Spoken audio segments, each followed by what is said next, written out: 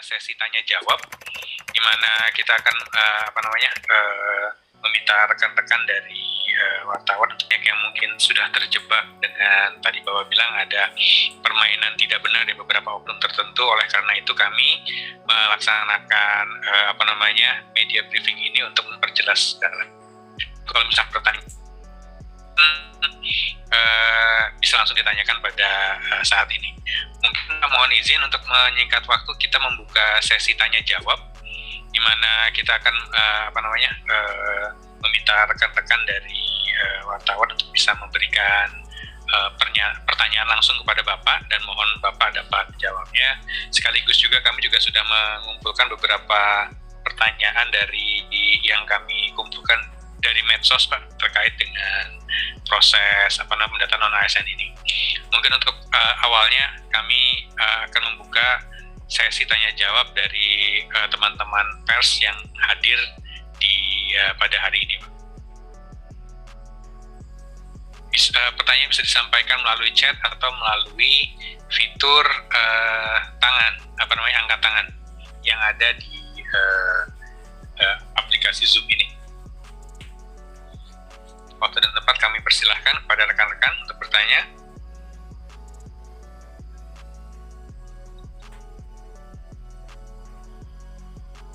Jadi 3 pertanyaan pertama kami mohon untuk bisa disampaikan. Kalau belum ada Bapak, kami izin untuk menyampaikan ke Bapak 3 pertanyaan tertinggi, Pak. Jadi ada beberapa pertanyaan yang kami kumpulkan dari medsos. Pertanyaan pertama, apakah hasil pendataan non-ASN ini dapat diseleksi menjadi calon ASN atau seperti apa?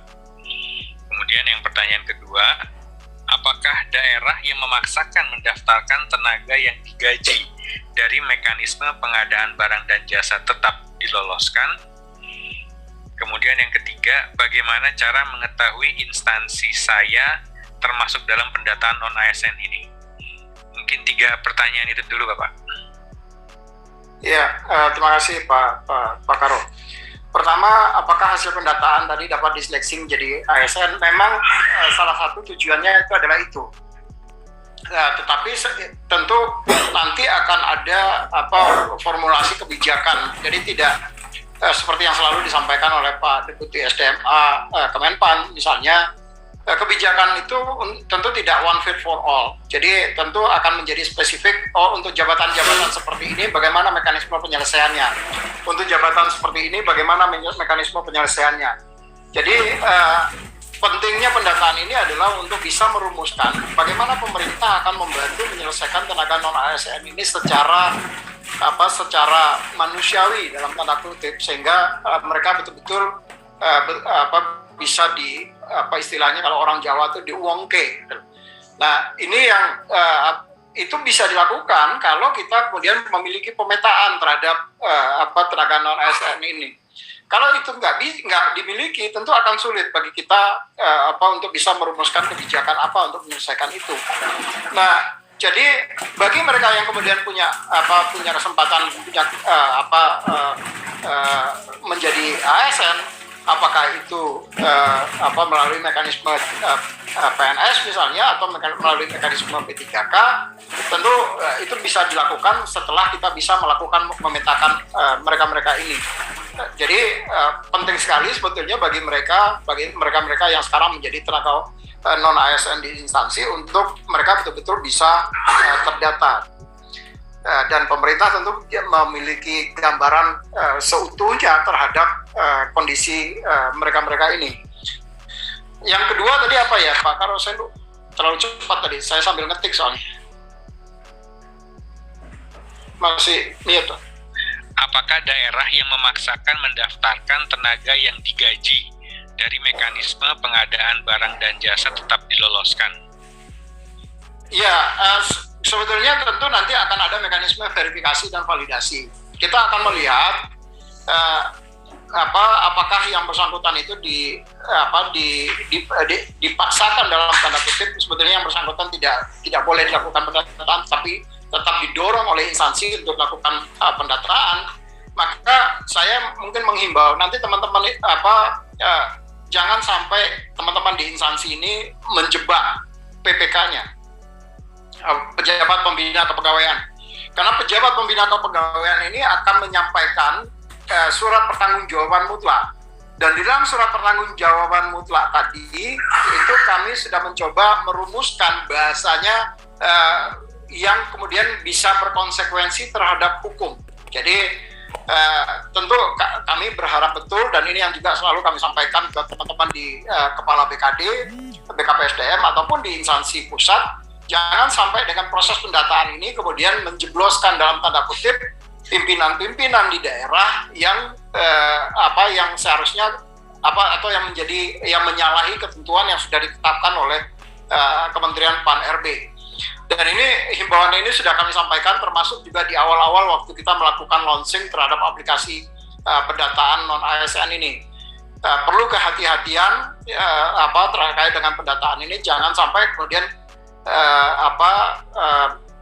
karena uang 100-200 ribu misalnya kemudian dimasukkan saja, tapi kemudian tentu PPK tidak siap untuk tidak bisa melakukan verifikasi data keseluruhan. Maka proses verifikasi data keseluruhan tadilah yang kami harapkan melalui mekanisme uji publik terhadap data yang sudah disampaikan. Jadi mekanisme uji publik itu ada dua maksud. Yang pertama adalah munculnya data-data yang sebetulnya yang bersangkutan tidak berhak, tapi kemudian tetap dimasukkan, dan akhirnya masyarakat kemudian bisa mengontrol itu. Yang kedua adalah kalau ada sebetulnya yang bersangkutan berhak untuk didata, tetapi kemudian tidak didata. Karena yang bersangkutan misalnya tidak memberikan semacam uang lelah lah dalam tanda kutip kepada operator misalnya. Nah, akhirnya yang bersangkutan ini kemudian masuk. Nah, dia bisa kemudian melakukan protes di dalam mekanisme 1 bulan dari 31 September sampai 31 Oktober tadi. Jadi ada mekanisme uji publik yang diterapkan supaya data-data yang disampaikan itu betul-betul data-data yang bisa dipertanggungjawabkan. Itu kira-kira Pak Karo. Yang ketiga, instansi tadi apa? Izin Bapak, jadi bagaimana cara mengetahui instansi saya termasuk dalam pendataan non-ASN ini atau tidak, Pak? Semua instansi tentu akan diminta, karena suratnya Pak Menteri Pan-RB ditujukan kepada PPK di instansi pusat dan di instansi daerah.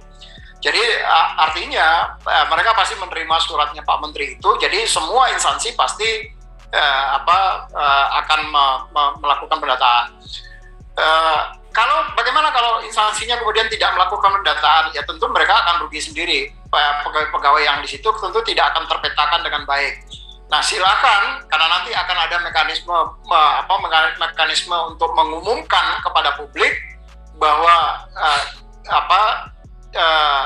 kami tentu di BKN nanti juga akan mengumumkan juga mana saja instansi-instansi melalui sistem pendataan ini, mana saja instansi-instansi yang sudah melakukan pendataan dan mana instansi-instansi yang belum melakukan pendataan. Tentu akan ada warning-warning yang nanti disampaikan juga melalui sistem yang nanti tentu akan bisa dikontrol oleh semua orang. Itu kira-kira Pak Karo. Siap Bapak, ini sudah ada pertanyaan dari Mbak Mesya Pak di PNN. Monggo Mbak Mesya.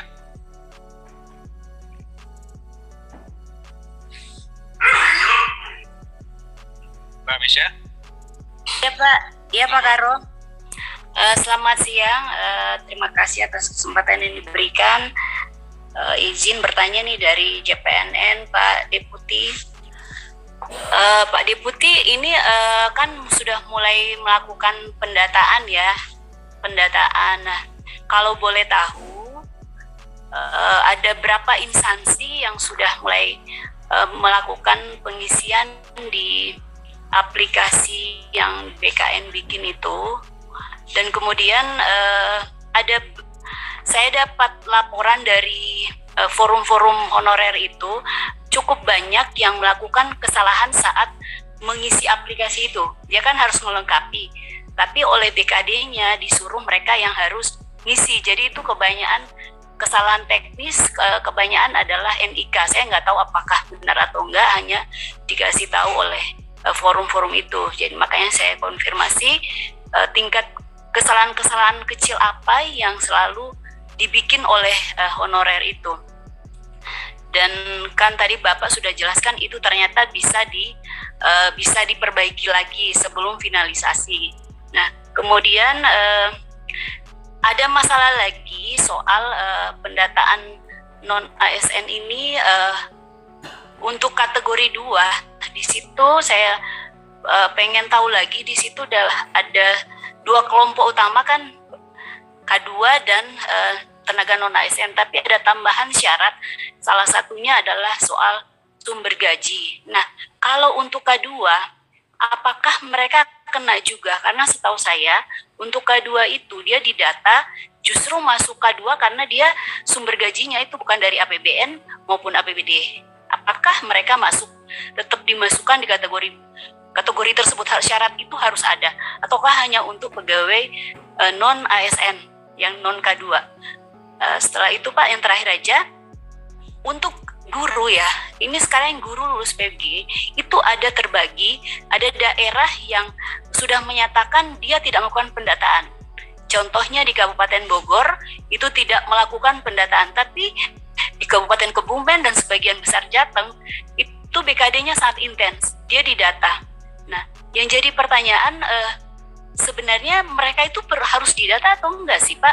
Walaupun Pak Deputi pernah bilang sudah ada mekanisme tersendiri untuk mereka, tapi kan belum tentu mereka itu akan diangkat tahun ini, paling tidak sampai 2023.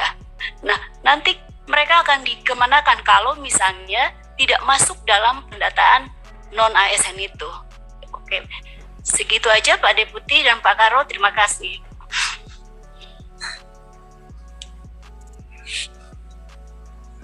Silakan Pak Deputi.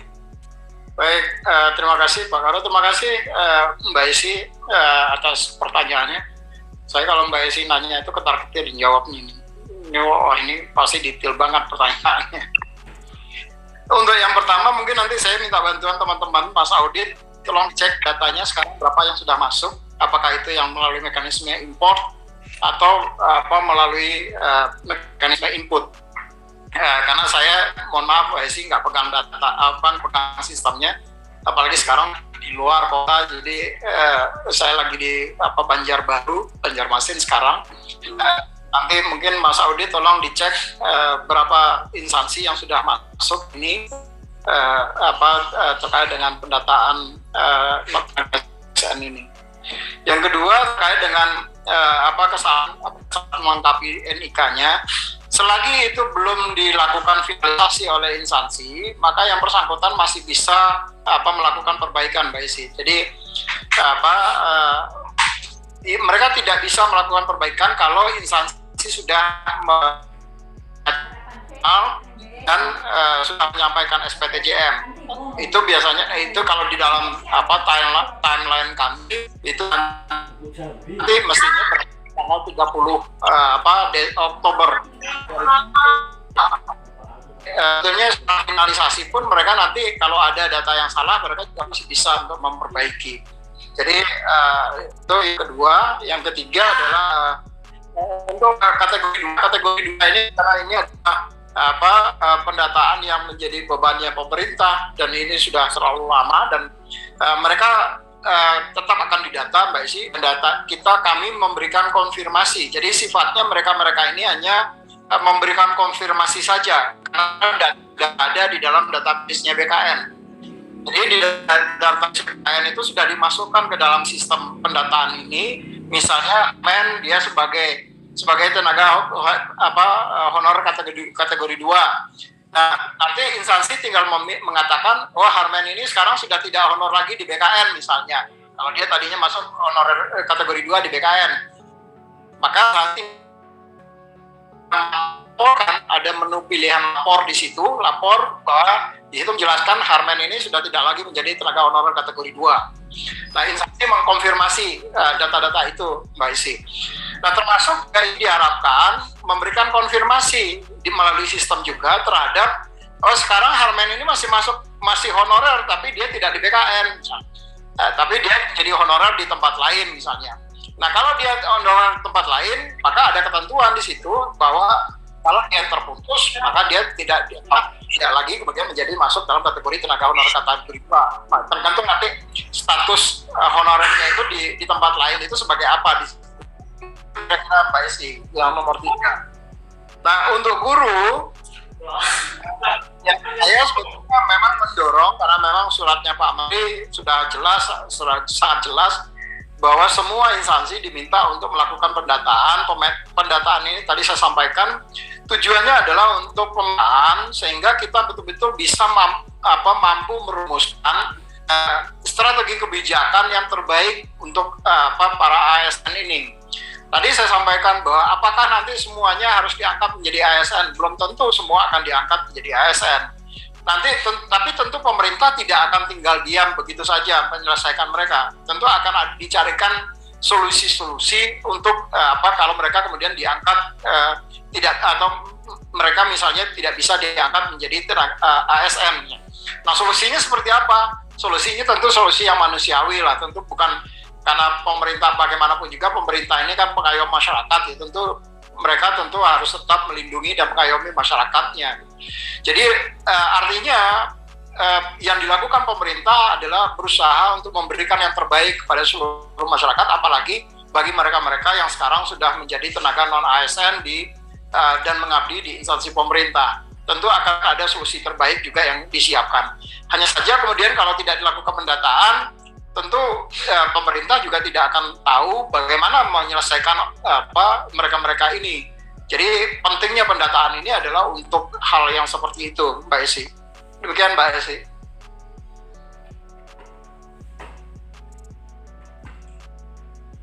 Ada pertanyaan lagi?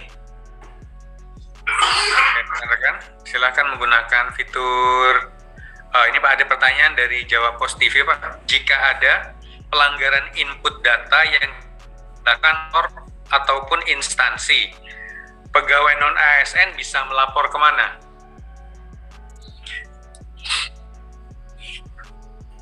Ini teknisnya Mas Audit bisa disampaikan, Mas Audit. Siap Bapak. Izin Bapak Ibu, terima kasih untuk jawab tadi pertanyaan juga. Jumlah data per instansi mungkin nanti kita akan sampaikan ke Humas biar terinfeksi baik. Lalu tadi ada pertanyaan juga tentang perbaikan atau kesalahan pada saat NIK ya. Jadi NIK itu tidak mungkin ada kesalahan data dikarenakan mungkin kesalahan datanya bukan di sisi pengambilan data karena kita sudah terintegrasi dengan Dukcapil. Nah ini kebanyakan memang instansi itu meminta datanya langsung kepada unit-unit, yaitu NIK-nya dari Excel atau yang lainnya ternyata ada salah typo sehingga sewaktu dilakukan import di aplikasi lalu dicek ke Dukcapil, NIK-nya itu tidak ditemukan. Nah mungkin itu kesalahan-kesalahan yang seperti itu, ataupun seperti tanggal lahir yang tidak sesuai format, dia DDMMYYY tapi MMDDY, yang seperti itu sih kesalahan. Lalu tentang kesalahan input yang lainnya, misalnya ternyata instansi salah menginput misalnya pendidikannya, ataupun ternyata salah menginput data-data seperti unit kerjanya. Nah, di sini memang kenapa tenaga non-ASN di-encourage untuk melihat datanya, keaktifan, dilihat aktivasi dari konfirmasi data yang sudah diinput oleh admin. Makanya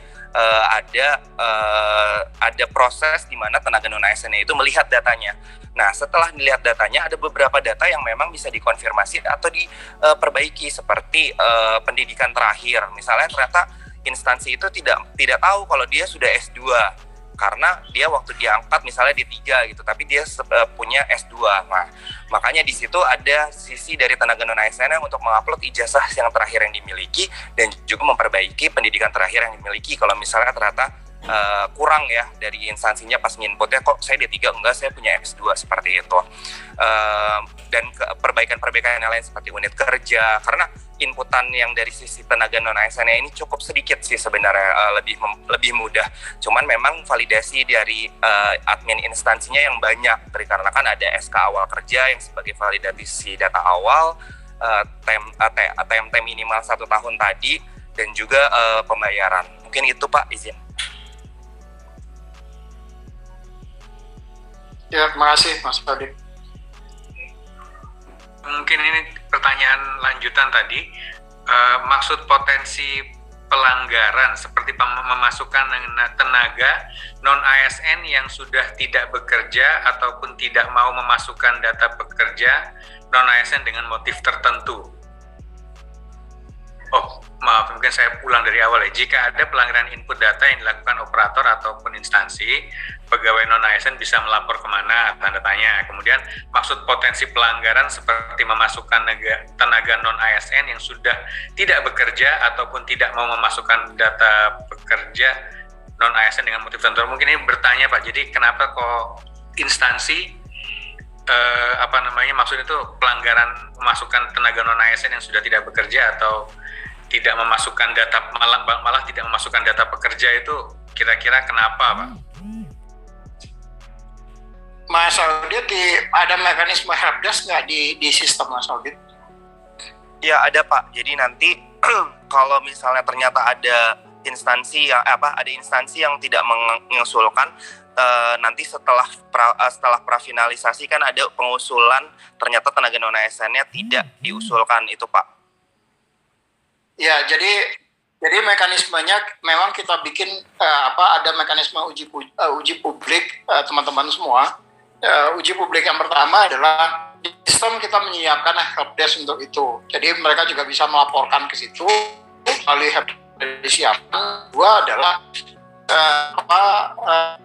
nanti begitu yang instansi mengumumkan melalui portal yang mereka miliki terhadap data-data yang sudah didaftarkan, dan semua orang kemudian diharapkan itu waktunya cukup panjang, jadi sekitar 2 mingguan atau 10 hari kerja diumumkan kepada publik.